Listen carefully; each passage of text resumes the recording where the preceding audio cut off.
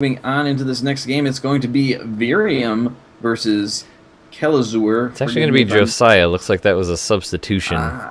So all right. You have that info.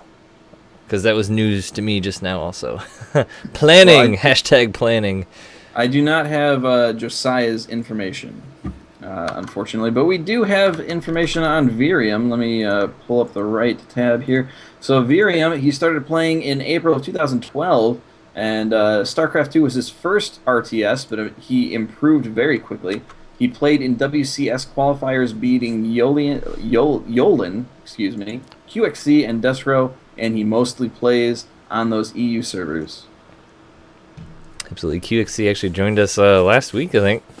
It was pretty cool to have him on the SC2CTL program, but going on into this game, it is going to be game number 5, basically wiping the slate clean after that unfortunate thing that happened there that gave a game to MicroGamerZ a forfeit, but now 2-2 going into game number 5, Gallegation. It's going to be exciting. It's another PVT. After 2 ZVZs, then we had a PVT, and now another one going into Galaxy Viridian in the lower left-hand corner, representing red and Root Seed is going to be Josiah. And in the top right-hand corner, representing MicroGamerZ in the blue Terran trunks, it is Kelazur. So, once again, planning. Let me go ahead and introduce you to him. He is Diego Kelazur Schwimmer. He has played since Brood War, only started to play seriously in StarCraft 2, and he's quickly proved himself as one of Brazil's most prominent players. He's taken the first place at a number of Brazilian tournaments and #1 on the Brazilian ladder for 3 seasons. He has participated in the open bracket for IEM Season 8 San Paulo, and he rose through the bracket, defeating Valtoloran, Trot, and Dakin. He took 3rd place in his group after a defeat to Hero, and he ended up winning a prize of $400 after walking away from that, so no slouch here.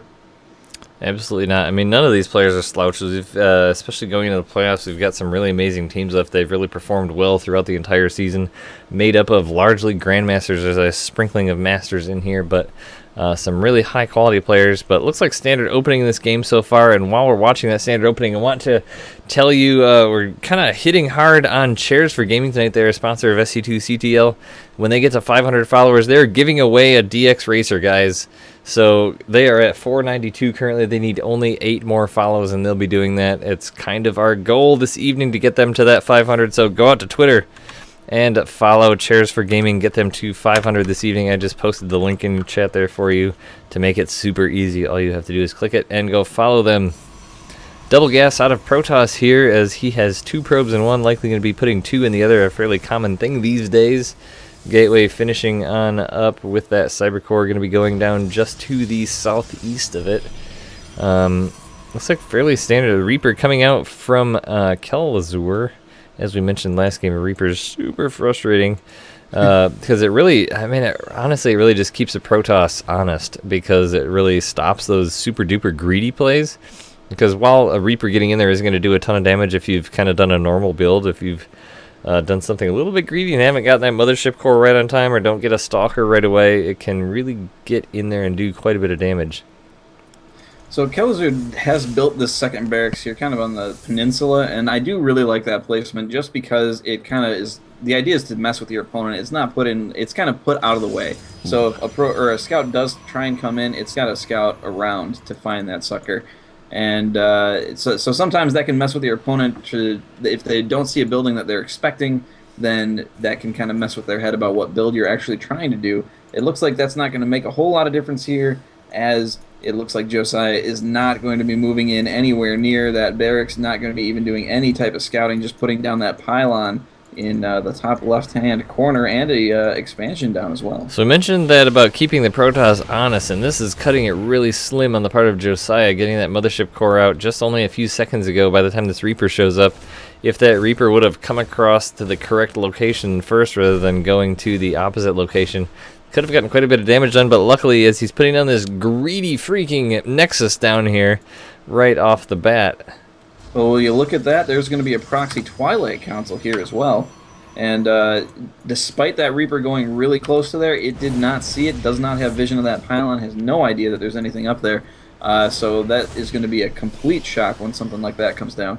And I really like this play. It's been one of my favorite things to see so far because it does kind of throw Terran for a loop now as he's getting, I mean, you know, you get this free scout with these Reapers, and this is actually a pretty significant number of Reapers here, yeah, which is really keeping Josiah on his toes because they can actually two-shot probes. I think if you get 4, you can one-shot them. This is just going to be hidden DTs now. We see a Dark Shrine coming down on that proxy location as well. I'm glad I took a second getting to my point because I would have been totally wrong. I was going to totally predict Blink there because Blink has been so nasty lately against Protoss, especially when it's hidden, but those DTs are going to be super nasty as well, especially given that Kalazur is going so heavy into these Reapers now, just putting 2 more barracks down back in his base, and he is using up all his energy on those mules. He does have an eBay though, so, and a turret in his main base, so I feel like now seeing that this is going to be not quite as effective as he hopes, but if he can get in there sneaky like and take out that turret before too much damage is done. But these Reapers, man, they are, yeah, those Reapers are getting a lot done. They really are, and they're really kind of forcing Josiah, I think, to do things that he doesn't necessarily want to do. Another Stalker is now coming out. He's being torn into a couple of different locations here, trying to defend against them. And that's exactly, I think, what Kalazur wants to see happening. But it looks like they're kind of moving around, looking for proxy things, but not finding those proxy things. Yeah, I definitely think he's looking for that proxy Stargate, would be my guess. But nonetheless, DTs are on the field. One has been warped in, so there is a turret right here, so he's going to see it, and there's Marines right there. So this DT is likely going to be taken out before it even gets up the ramp. So that was a little bit of an investment there that isn't going to pay off for him. So, but he does have his expansion down, but so does Kalazur. So, I mean, it didn't get any damage done, but it is always going to be there.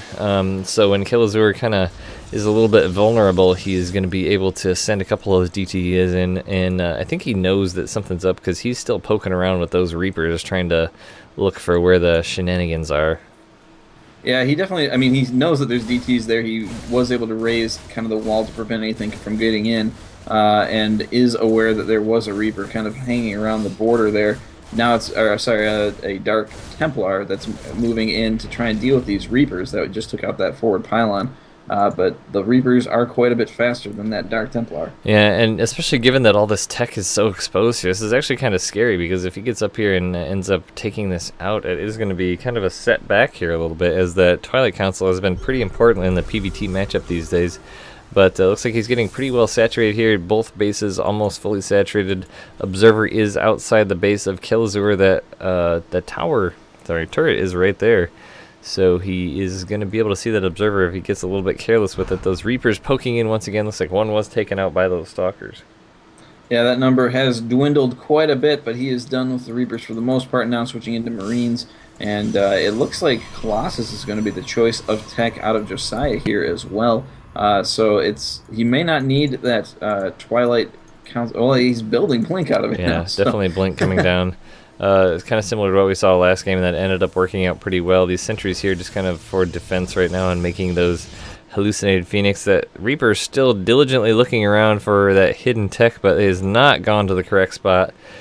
Luckily, as it would be a terrible shame if that Blink didn't make it out, but a large number of gateways going down now as he is getting quite set up. I either expect to see a third base here or a lot more gateways. Looks like he's going to be going up to a total of 4, 5, 6, 7. So that's oh wow, he's got 8 gateways. This is definitely going to be looking like a very heavy Blink all-in-ish push, maybe with 1 or 2 Colossus. I don't know. It's hard to say. That's a lot of gateways for really 2 is bases. A lot of gateways. Yeah, I'm kind of surprised here that Kalazur has not found this hidden tech. I mean, if you look at his vision of where he's been on the map, he's explored just about everywhere. And we almost have to guess what... I mean, he knows kind of what's in his opponent's base for the most part. Well, I guess that's not true. He only sees from where that command or Cybernetics Core, went down. Yeah, didn't see a whole lot after that. I'm kind of surprised that there's this many gateways and Colossus. I mean, you typically see this off of sort of a Blink all-in type of thing, but he had about 30 seconds to a minute there where he wasn't producing any Colossus, as the Colossus range is going to finish up before that second Colossus comes out, and that 30 seconds is going to be pretty important as Kalazur is looking to make a push here with only 1 Colossus. If he would not have missed that. He would have had a second one now, but nice force fields there, splitting up the army of Kelazur, and that Colossus is doing sick damage. No damage is done to it. Blink is finished, so is able to take out that medevac. A very nice hold there by Josiah. Yeah, Kelazur is now licking his wounds and retreating back a bit to a little bit. Oh no! Delegation medevacs, errant medevacs are on the field. Oh, but he does get one of them away, but one is taken out. It looks like a bit of a misrally there. Not sure what was going on there, but several units misrally, and these Blink Stalkers are going to get right on up there to take out what they can. Yeah, Josiah's really looking to punish that misclick there, or that misrally, as you said, and is even pushing forward now. He's feeling pretty good about those takes and chasing that army down. They do stem back, knowing that those Stalkers are quite a bit ahead of... That's actually pretty awesome that Josiah made that little push there and forced that stim, because he didn't really do much attacking, but it did a lot of damage to those Marines, and if he continues this push and doesn't give those medevacs a chance to heal, they're actually quite low right now, but it looks like he's just going to go through this awkward choke here and maybe blink up this cliff. That would be probably a smart thing to do, as there's quite a bit of army here. Yeah, I think that you're right. I mean, they will leave the sentries kind of behind and on their own, but these Colossus look like they're just... able to get some pot shots off here. They're actually kind of exposed there. Yeah, they are. They are towards the forward here. Oh my goodness, those medevacs were exposed to what they were. The blink forward does take out one or two of them. Oh no. Man, great force fields.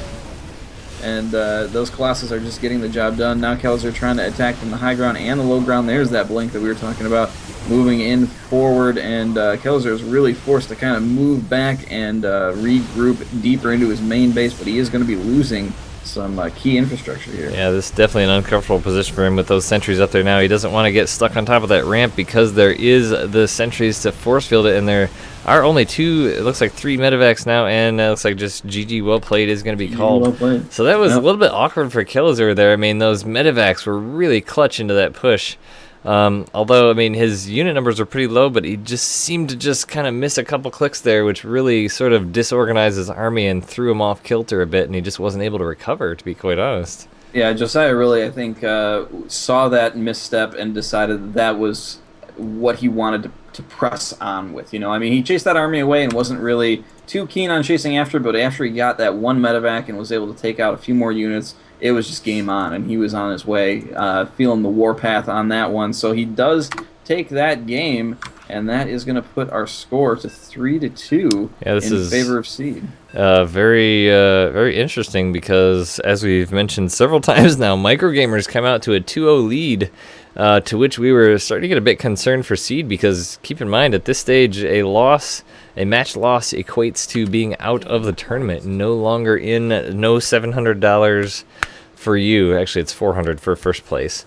I believe, but you know, so it was looking a little bit scary there for Seed, but now they've come back and they're actually in the lead 3-2.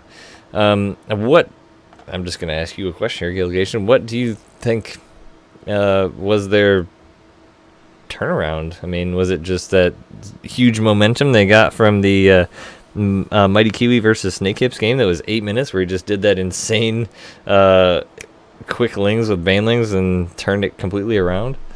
Yeah, I think that was kind of the momentum breaker, if you will.